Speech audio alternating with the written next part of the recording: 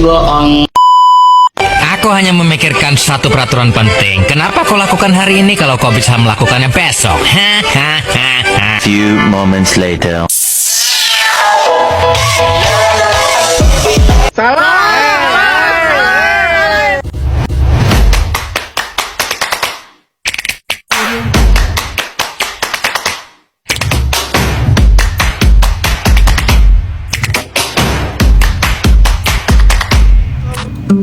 Assalamualaikum warahmatullahi wabarakatuh. Saya Muhammad Rafli Alfiansyah dari kelas 07 TPLP 027 ingin menjelaskan materi dari arsitektur dan organisasi komputer. Selamat menonton. Pengantar arsitektur dan organisasi komputer. Dalam dunia komputer terdapat dua istilah penting, arsitektur komputer dan organisasi komputer. Arsitektur komputer berhubungan dengan hal-hal yang terlihat oleh pemrogram, yaitu bagian-bagian yang menentukan bagaimana suatu program berinteraksi dengan perangkat keras. Arsitektur meliputi desain instruction set atau kumpulan instruksi, cara data direpresentasikan, jumlah dan jenis register yang tersedia, hingga bagaimana instruksi tersebut dikontrol dan diatur oleh sistem. Yang kedua yaitu organisasi komputer, berfokus pada bagaimana arsitektur tersebut diimplementasikan secara fisik di dalam perangkat keras. Organisasi membahas cara kerja internal sistem, seperti jalur data, data fetch, sinyal kontrol, jenis memori yang digunakan, serta bagaimana CPU, memori, dan perangkat input-output saling berkomunikasi. Fungsi komputer terbagi menjadi 4. Yang pertama yaitu pemrosesan data processing, yaitu melakukan operasi aritmatika dan logika. Yang kedua yaitu penyimpanan data storage, atau menyimpan data sementara dan permanen. Yang ketiga yaitu perpindahan data movement, yaitu mengatur input dan output dari perangkat eksternal. Yang terakhir yaitu kontrol, mengordinasikan seluruh komponen agar bekerja sesuai instruksi.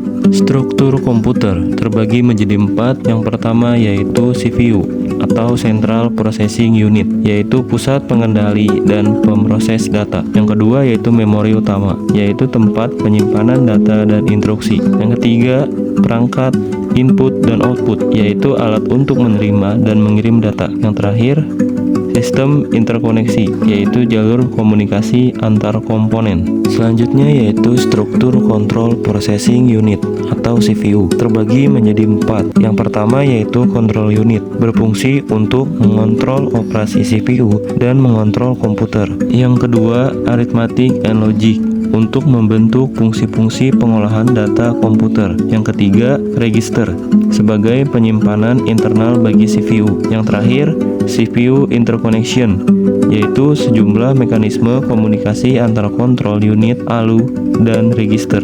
Selanjutnya, control unit atau CU. Fungsi unit ini adalah untuk melakukan pengontrolan dan pengendalian terhadap suatu proses yang dilakukan sebelum data tersebut dikeluarkan atau output. Selain itu, CU menafsirkan perintah dan menghasilkan sinyal yang tepat untuk bagian lain dalam sistem komputer. Unit ini mengatur kapan alat input menerima data dan kapan data diolah, serta kapan ditampilkan dari program komputer. Bila terdapat instruksi, perhitungan atau logika, maka unit ini akan mengirim instruksi tersebut ke ALU. Evolusi komputer.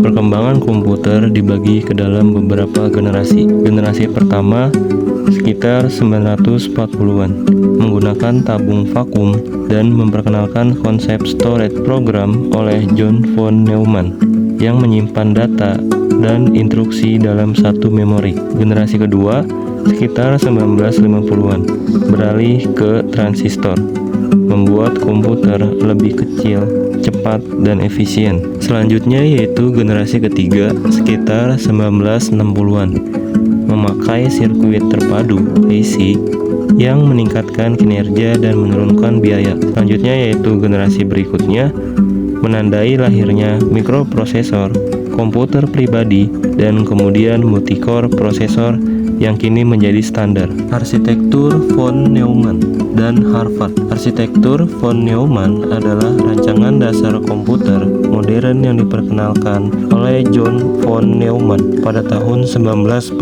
Arsitektur ini menjadi pondasi bagi hampir semua komputer saat ini. Ciri utama arsitektur von Neumann adalah data dan instruksi disimpan di dalam satu memori yang sama. CPU mengambil data dan instruksi dari memori melalui jalur atau bus yang sama dan mengeksekusinya secara berurutan. Arsitektur Harpad adalah rancangan komputer yang memisahkan memori antara instruksi dan data. Artinya, komputer memiliki dua memori yang berbeda, satu khusus untuk menyimpan instruksi, program, dan satu lagi untuk menyimpan data. CPU memiliki dua jalur bus terpisah, satu bus untuk membaca instruksi dan satu bus untuk membaca atau menulis data.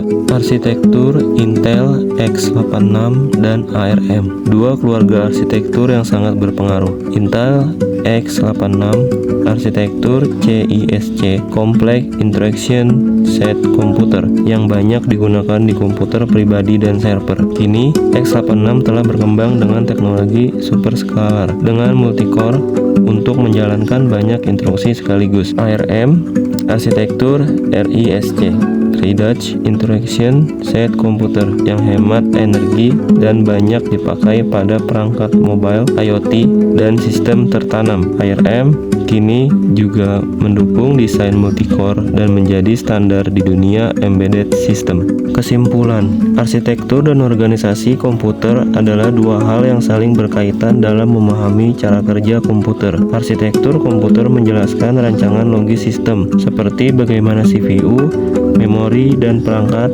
input-output berinteraksi untuk menjalankan instruksi. Sedangkan organisasi komputer membahas cara kerja nyata dari rancangan tersebut, meliputi pengaturan komponen fisik dan proses eksekusi instruksi di dalam hardware. Cara sederhana, arsitektur menjawab apa yang dilakukan komputer, sementara organisasi menjawab bagaimana komputer melakukannya. Keduanya berperan penting agar komputer dapat bekerja secara cepat, efisien, dan sesuai kebutuhan pengguna. Tanpa arsitektur yang baik dan organisasi yang tepat, sistem komputer tidak akan bisa berjalan dengan optimal. Sekian video penjelasan dari saya, kurang lebihnya mohon maaf. Wassalamualaikum warahmatullahi wabarakatuh.